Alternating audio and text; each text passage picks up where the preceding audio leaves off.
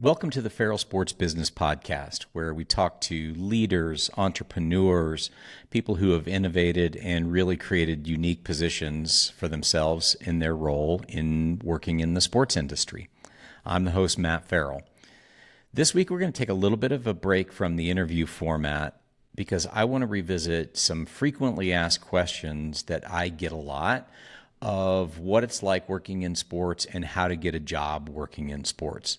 If you like this podcast, please give it a 5-star review. If you're watching on YouTube, please subscribe because I have other content about what it's like working in sports and those interviews.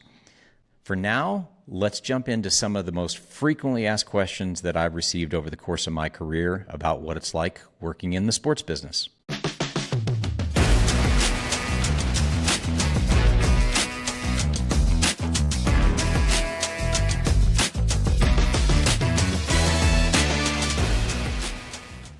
I've had the chance to work in the sports business for over 30 years of my career, and I'll give you a little bit of insight of what that is. But a few years ago, I actually started a TikTok account because I was like, I'm getting so many questions. That just seems like a fun way to learn the platform and also answer some questions about what it's like to work in sports. So what I say is get a little bit more from my YouTube channel, and if you want a little bit less, you can follow my TikTok account at Matt Farrell _. As for me, I got my break working in the sports business while I was a student at the University of Arkansas. I wanted to try on and walk on the baseball team. Turns out I just wasn't good enough. Coach pulled me aside and said, "Son, this is the end of the road for you." And so I started working in college sports information. And at the time at Arkansas, the athletic departments were split, and I worked in the women's athletic department. My first mentor in life, Bill Smith, of just getting to do anything and everything, and that was my break into the sports business. During college, I turned that into an internship with USA Swimming, and so spent most of my career in the Olympic world, some of that time at the U.S. Olympic and Paralympic Committee, some of that time at USA Swimming, where I was eventually the chief marketing officer from 2005 to 2018. From there, I went to the Golf Channel and had a role overseeing the long drive property. And really the intent was to grow non-traditional programming at the Golf Channel, but COVID came along and that detoured my career. So I started this consulting business, Farrell Sports, during the pandemic, and have been doing that since then for the last 4 years. I work with all kinds of different clients, everything from Toyota to some of the early NIL days of crafting that. I've done projects for USA Football, USA Pickleball, the International Jump Rope Union. I mentioned Toyota. I work with a baseball company that's like technology and entertainment called Bat Around, and just do a variety of different projects in sports, all on the business and marketing side. So that's a little bit of my background. I want to just share maybe a few different career shifts for me because I think that is also important because just the career path doesn't always go out, as planned, and the game plan doesn't always work. But I was fortunate enough to be in a few transitional moments. And some of this you might laugh at because it was the early 90s and the internet was being invented, certainly as a business tool. And I realized I was in a communications field in sports information, what it was called, mostly then at the time, that I really wanted to position my career to be in that internet space. So taught myself how to code websites and build websites. From there, realized that I needed to actually make the jump over to the business side. And so got my first break working at the U.S. Olympic and Paralympic Committee on the business side of the internet. From there, I wanted to make sure a transition of like, okay, I had that business and marketing background and experience, but I really wanted to make that jump into overall revenue generation for organizations. So jumped over to USA Swimming, where I was the chief marketing officer there for 13 years.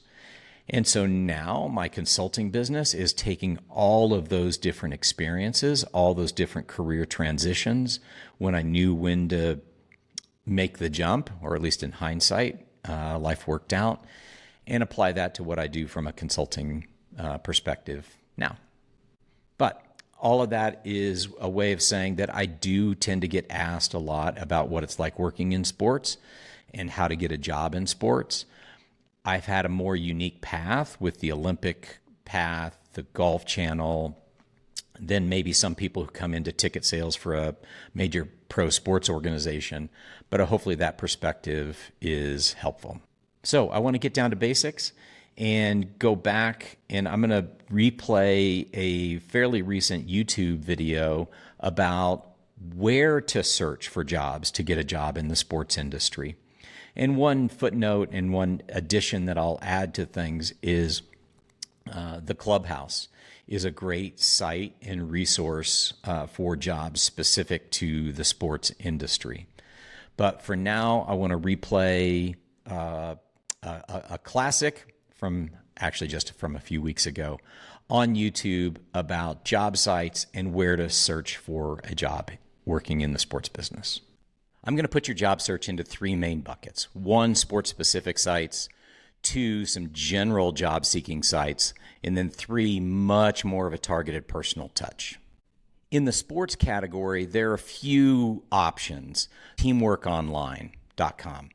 They have more than 6,000 jobs on any given day across all different sports, professional sports, amateur sports, everything from professional sports league at the highest level like the MLB or NFL, or minor league teams, etc.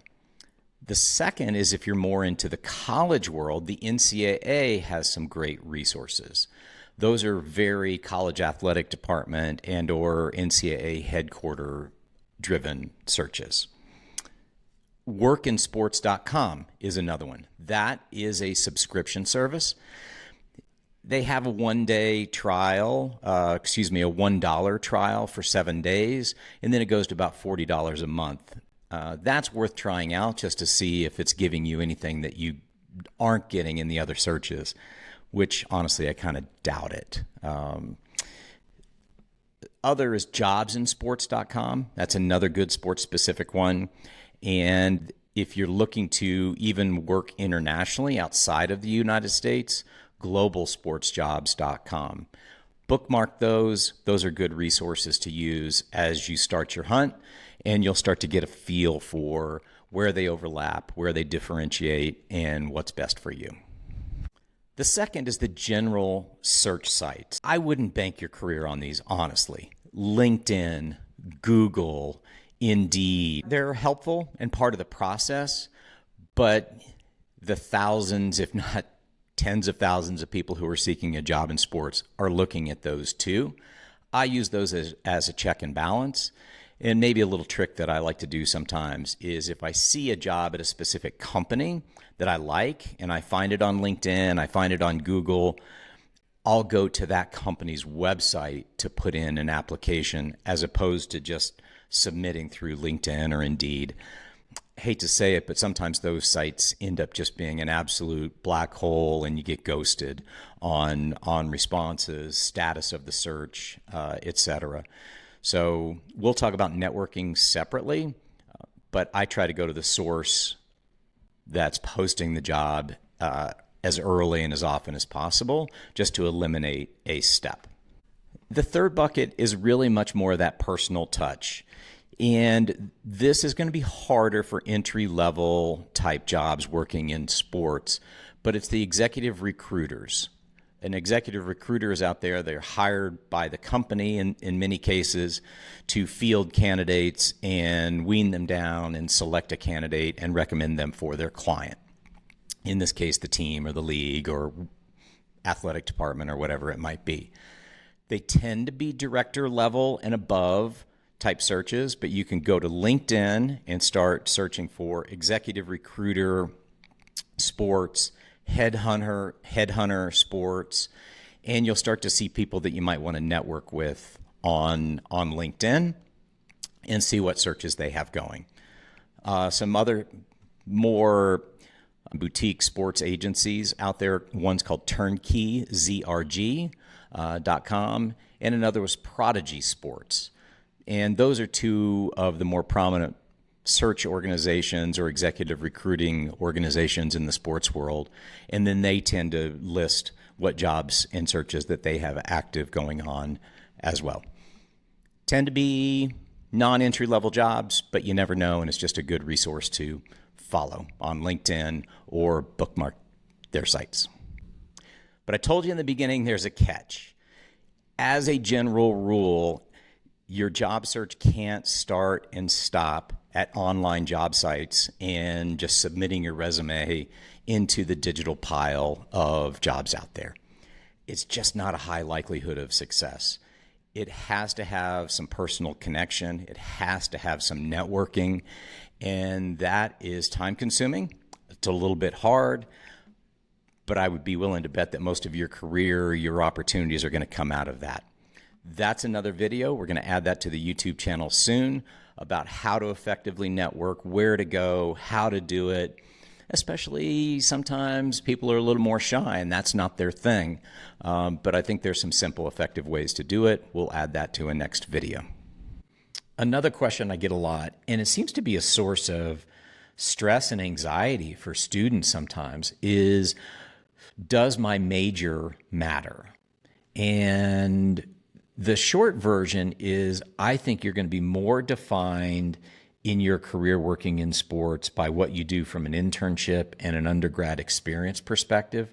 Yes, your major is helpful to that, but I also want to focus on it's more about the well-rounded experience that you get as an undergrad of how to shape your career and future working in the sports business.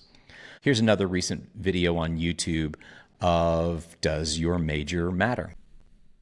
There are all kinds of options for majors in college that actually work great in the sports field.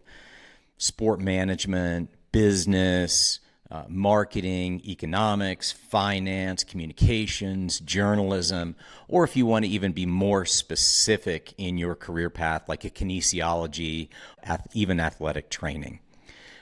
But I'll tell you at the end of the day, it takes more than your major to make this thing work. So when your major doesn't matter, to me, it's a blend of what you do as an undergrad for experience in the field that you're going into.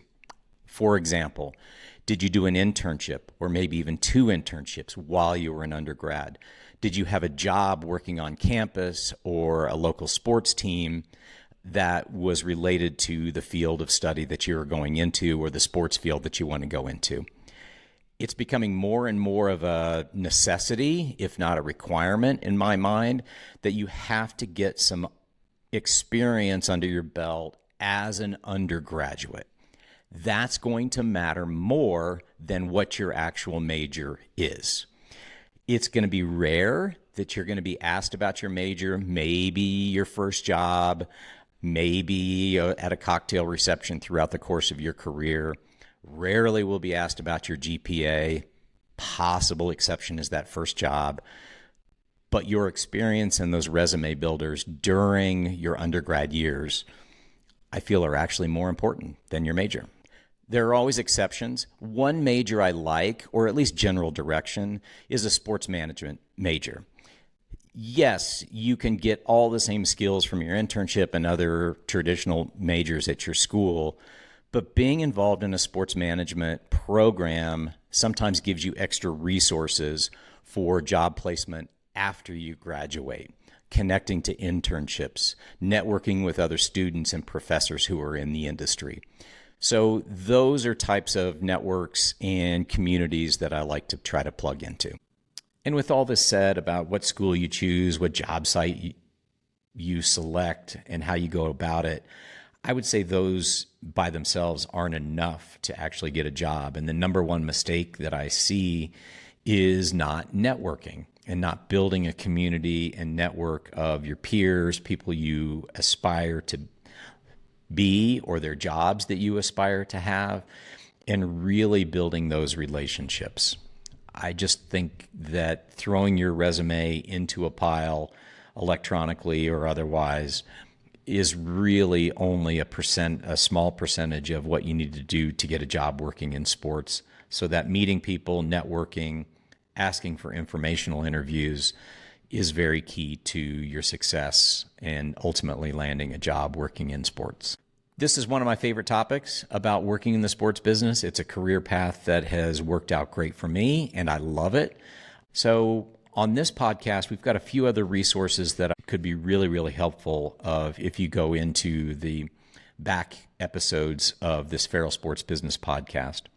One is Steve Ditmore. He's the dean at the University of North Florida, and he talks about the benefits of a master's degree or not. And it's very insightful. I think it's well worth a listen. Jeff Yoakum is a recent interview as well on this podcast and really talks about what the role is of an executive recruiter in the job search. Now, the reality is that's probably going to come for more director level jobs and above, but it's also really helpful to understand how the role of an executive recruiter fits in.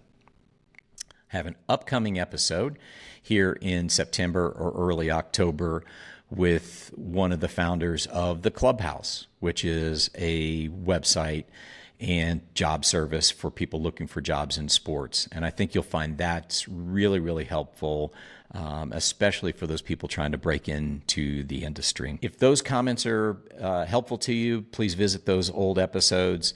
If there's something that you feel like we need to talk about or should be talking about what it's like working in sports or how to get a job working in the sports business, please leave me a comment. So for now, do a review. If you're watching on YouTube, please subscribe, and we'll get back to interviews in the following weeks. But thanks for listening to the Farrell Sports Business podcast.